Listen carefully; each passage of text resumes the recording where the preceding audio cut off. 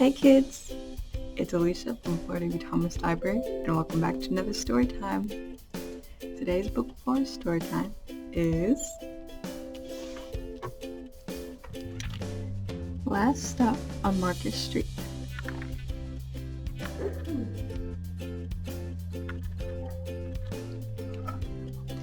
by Matt De La Pena, with the pictures, and it's illustrated by Christian Robinson.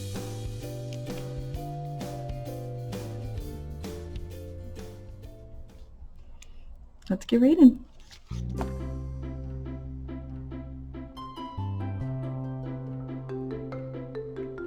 Last Stop on Market Street.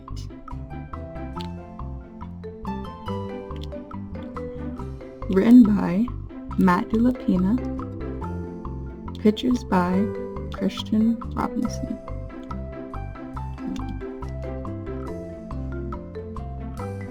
CJ pushed through the church doors and skipped down the steps.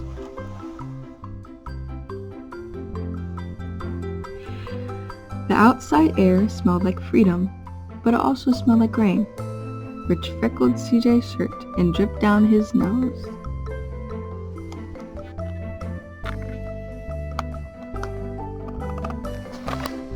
He ducked under his Nana's umbrella, saying, "How come we gotta wait for the bus and all this wet?" "Trees get thirsty too," his Nana told him. "Don't you see the big one drinking through a straw?" CJ looked for a long time, but never saw a straw.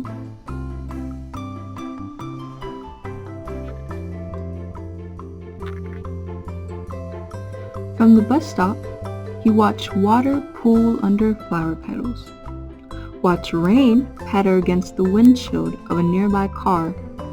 His friend Colby climbed in, gave CJ a wave, and drove off with his dad. "Nana, how come we don't get a car?"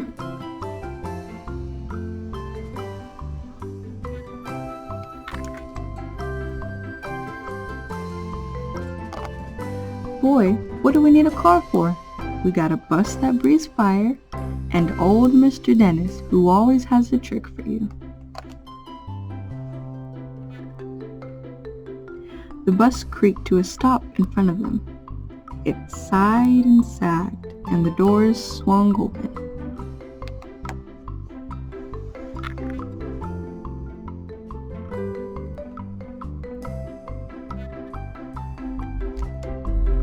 "What's that I see?" Mr. Dennis asked. He pulled a coin from behind CJ's ear, placed it in his palm. Nana laughed her deep laugh and pushed CJ along.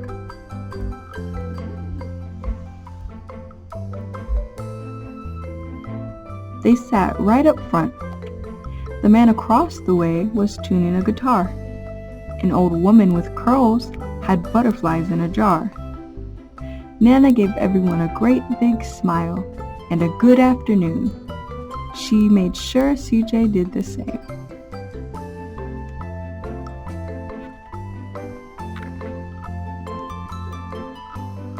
The bus lurched forward and stopped, lurched forward and stopped.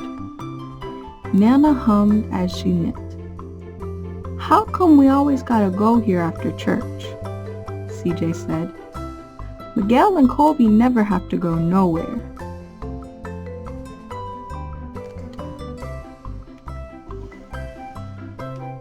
"I feel sorry for those boys," she told him. "They'll never get a chance to meet Bobo or the Sunglass Man. And I hear Trixie got herself a brand new hat."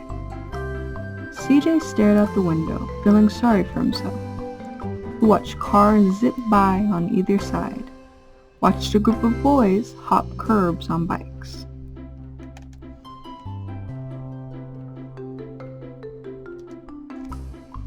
A man climbed aboard with a spotted dog.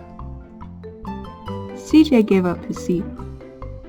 "How come that man can't see?" "Boy, what do you know about seeing?" Nana told him. "Some people watch the world with their ears."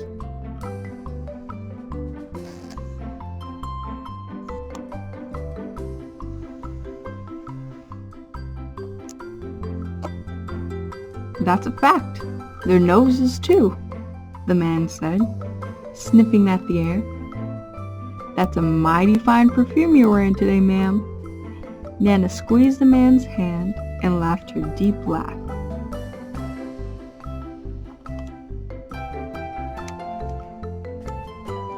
Two older boys got on next. CJ watched as they moved on by and stood in the back.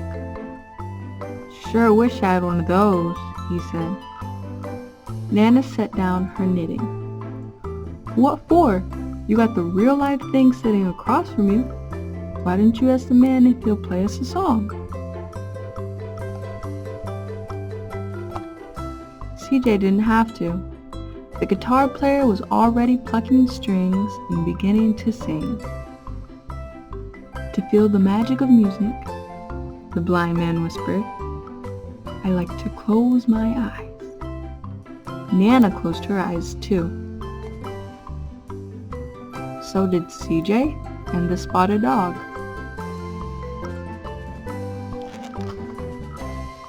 And in the darkness, the rhythm lifted CJ out of the bus, out of the busy city.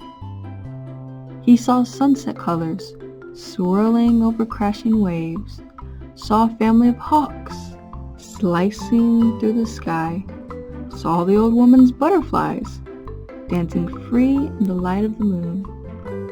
CJ's chest grew full and he was lost in the sound, and the sound gave him the feeling of magic.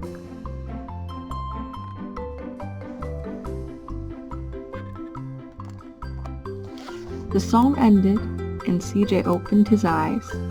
Everyone on the bus clapped, even the boys in the back. Nana glanced at the coin in CJ's palm. CJ dropped it in the man's hat.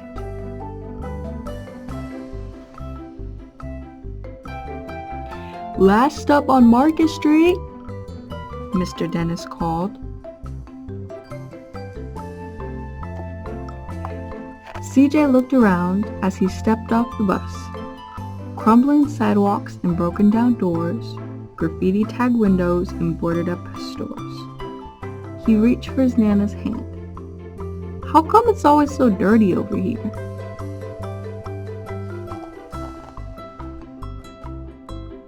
She smiled and pointed to the sky. Sometimes, when you're surrounded by dirt, CJ, you're a better witness for what's beautiful.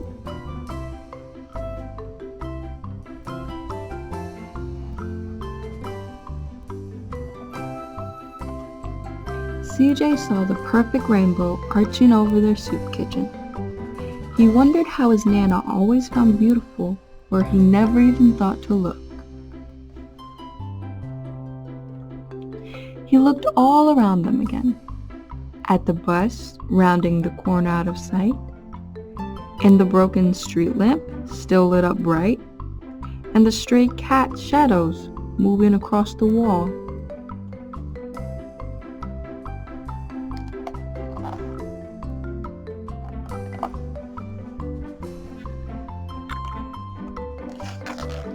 When he spotted their familiar faces in the window, he said, I'm glad we came.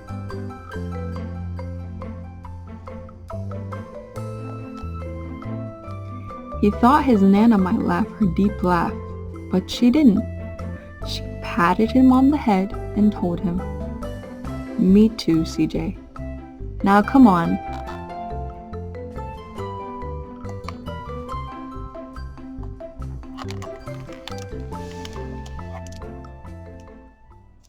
The end. So kids, how was Last Stop on Market Street?